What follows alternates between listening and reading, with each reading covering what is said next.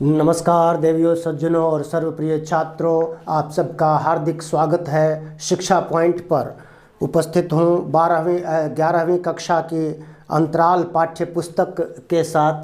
जो दूसरा पाठ है हुसैन की कहानी अपनी ज़बानी के साथ, जिसके रचनाकार स्वयं मकबूल फ़िदा हुसैन, संक्षेप में MF हुसैन हैं और इनके बारे में सारी दुनिया जानती है। बहुत बड़े मशहूर चित्रकार रहे हैं। तो इनके विद्यार्थी जीवन और विद्यालय से के जीवन में जो घटनाक्रम हुआ या जो चीज़ें हुई, जो क्रियाकलाप इन्होंने किए, किस तरह से इनकी कला विकसित हुई, कहाँ कहाँ से इन्होंने कला की प्रेरणा पाई, इनके पिता का कितना सहयोग रहा, है ना। पहल तो दुकान पे बिठा देना, फिर व्यवसाय की ओर लगाना, तथापि उनका मन इन सब से ज़्यादा चित्रकारी में, ड्राइंग पेंटिंग में लगना, ये सब बातों का यहाँ पर उल्लेख किया गया है।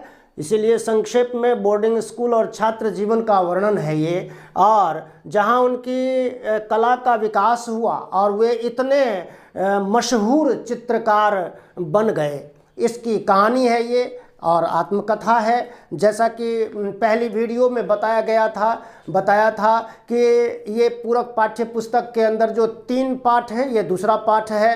तो ये पाठ थोड़े थोड़े लंबे होते हैं, लेकिन ये बिल्कुल ही प्रेरणादायक पाठ हैं और छात्रों के जीवन को संवारने वाले पाठ हैं। वास्तव में मैं रिकमेंड करूंगा, सभी से अपील करता हूं, विद्यार्थियों से विशेष रूप से, कि ऐसे पाठों को आप पढ़िए। ये पाठ याद रहने वाले पाठ हैं। इनको पढ़ करके, समझ करके और कुछ बातों को सीख करके हम अपने जीवन की दिशा को तय कर सकते हैं, निर्धारित कर सकते हैं और बहुत अच्छा विकास कर सकते हैं अपने जीवन में। इस तरह से प्रमुख अंशों का ही मैं वाचन कर पाऊंगा। प्रश्नों के उत्तर पर थोड़ा सा नज़र कर डालेंगे, उसकी थोड़ी विवेचना करूंगा और फिर जो है आप इसीलिए अंत तक वीडियो को अवश्य देखें। मकबूल, जब ये 2 अंश हैं, हाँ, ये चीज़ बतानी है कि इस पाठ में 2 छोटे छोटे अंश हैं। एक तो है बड़ौदा का बोर्डिंग स्कूल और दूसरा है रानीपुर का बाजार। दो अंशों का यहाँ पर संकलन इस पाठ में किया गया है, जिसमें से पहला अंश जिनमें से बड़ौदा का बोर्डिंग स्कूल है। मकबूल अब लड़का नहीं रहा, क्योंकि उसके दादा चल बसे। लड़के के अब्बा ने सोचा, अब्बा यानी कि पिता, इसमें ज़्यादातर उर्दू मिश्रित भाषा है ये, है ना। उस उर्दू मिश्रित खड़ी बोली कह सकते हैं हम इसको, तत्सम तद्भव शब्द भी हैं। हाँ, तो अब्बा ने सोचा क्यों ना उसे बड़ौदा के बोर्डिंग स्कूल में दाखिल करा दिया जाए। बोर्डिंग स्कूल कहते हैं जहाँ पर दिन और रात, दिन में भी बच्चे रहते हैं, पढ़ते हैं, स्कूल अटेंड करते हैं, और रात में भी, यानी कि हॉस्टल टाइप विद्यालय होता है, जहाँ पर बच्चे रह करके बहुत सारी चीज़ें सीखते हैं पढ़ने के अलावा।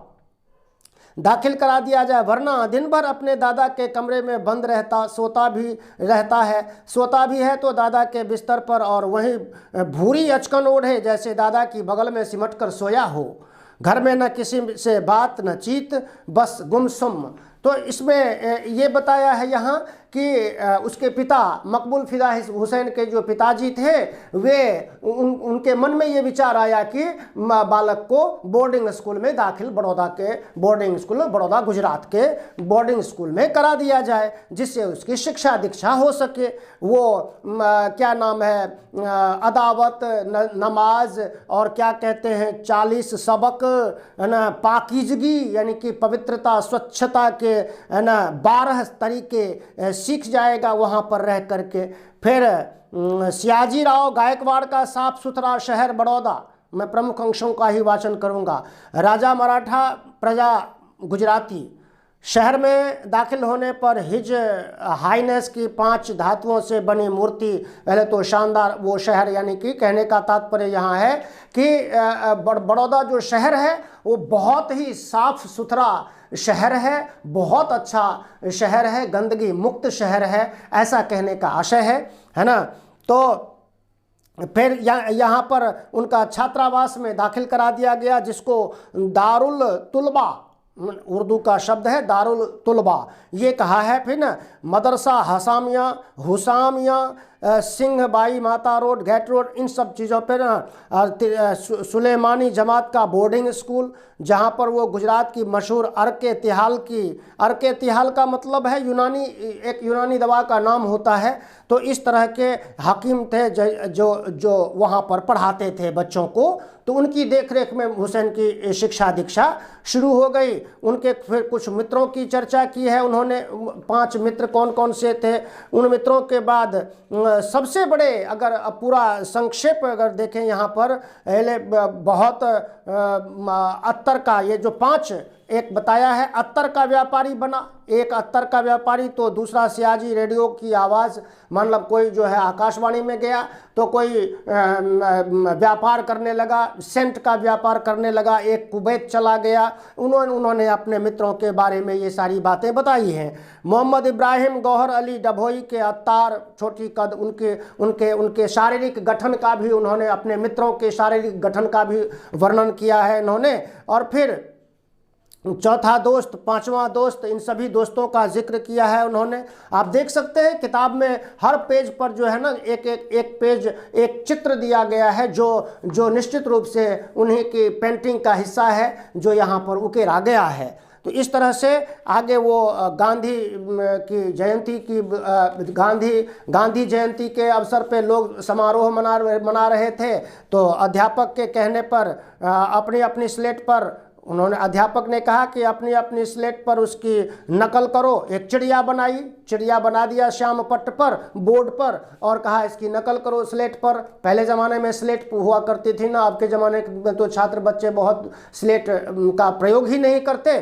तो स्लेट पर उन्होंने हूबहू चिड़िया उतार दी, मतलब उसकी बिल्कुल हूबहू नकल कर दी उन्होंने। तो एक तो ये घटना जो जहाँ से ये पता लगता है कि उनके बचपन में ही उनके अंदर जो है चित्रकला के गुण अंकुरित होने शुरू हो गए थे। फिर आगे उन्होंने गांधी जयंती के मना रहे थे, क्लास शुरू होने से पहले मकबूल गांधी जी का पोर्ट्रेट ब्लैक बोर्ड पर बना चुका था। अगले पेज पर यहाँ गांधी जी का दिखा रहे हैं। गांधी जी का हूबहू चित्र इन्होंने जो है ब्लैक बोर्ड पे उतार दिया, बना दिया गांधी जयंती के मौके पर। तो ये कला के अंदर के जो है ना प्रति इतनी इनकी अभिरुचि थी। सारी दुनिया का चहेता बन गया वो, हुनर कमाल किया, इतने सारे काम किए हैं उन्होंने।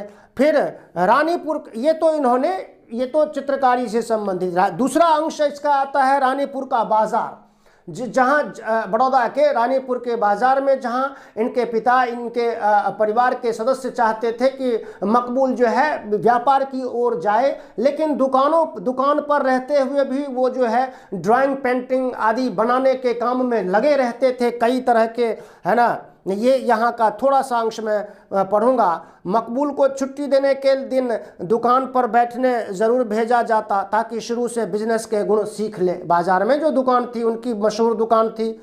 खुद तो नौकरी के जाल में ऐसे फंसे कि 28 साल की कैद बामशक्कत भुगतनी पड़ी। कैद मतलब जो 28 साल में नौकरी को एक तरह से कैद बताया है इन्होंने। ये अपने आप में भाषा की अपनी विशेषता है मकबूल फिदा हुसैन की। फिर छोटे भाई के सामने फिर इस तरह से वो दुकानों पे जो है वो ड्राइंग, पेंटिंग वगैरह करते रहते थे। यहाँ देखिए, यहाँ पर इन्होंने एक महिला आया करती थी, उसकी दुकान पर जो है सामान लेने के लिए, उसका हूबहू स्केच बना दिया उन्होंने।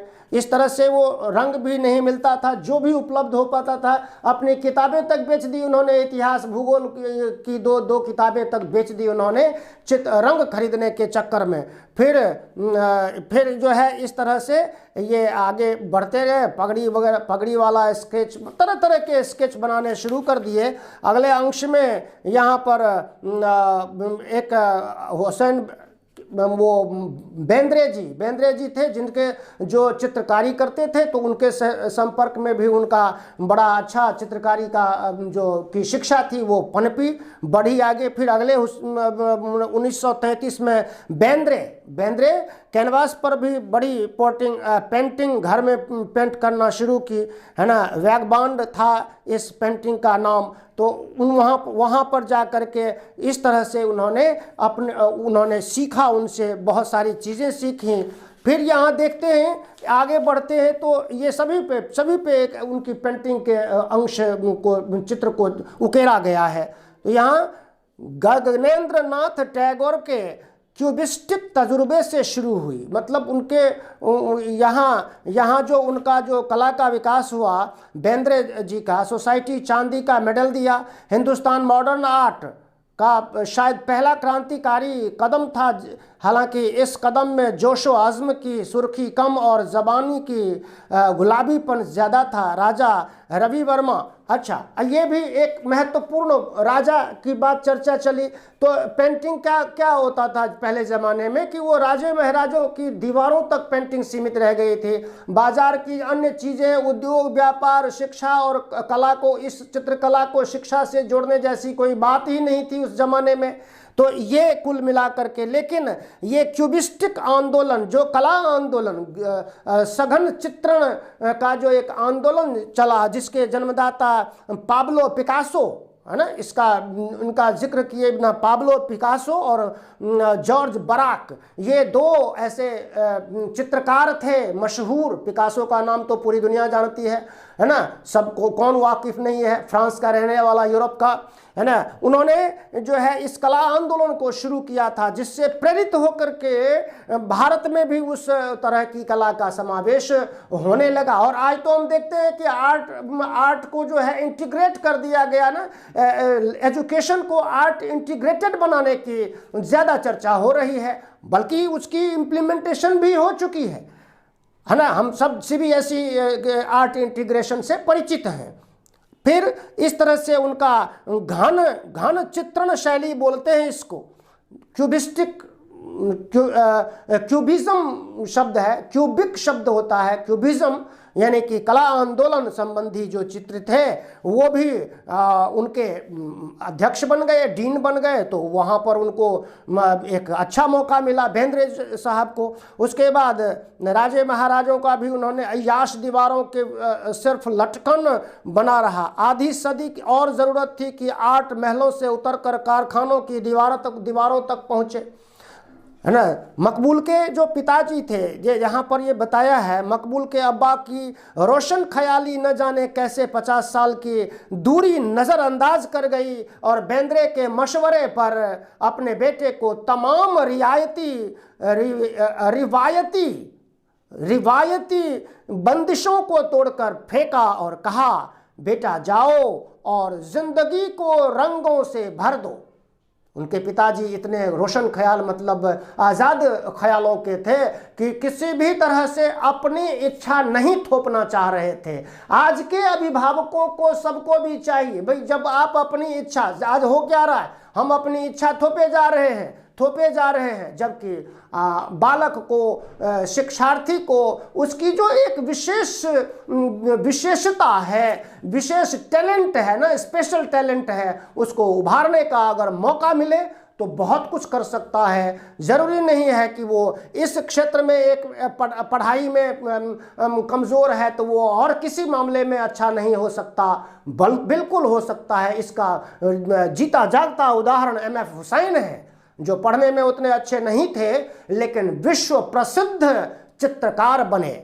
देखते हैं ये तो इसका जो पूरे पाठ का सारांश हो गया। इसके प्रश्न देखिए, लेखक ने अपने 5 मित्रों के जो शब्द चित्र प्रस्तुत किए हैं उनके अपने अलग अलग व्यक्तित्व की झलक मिलती है, फिर भी वे घनिष्ठ मित्र हैं। कैसे?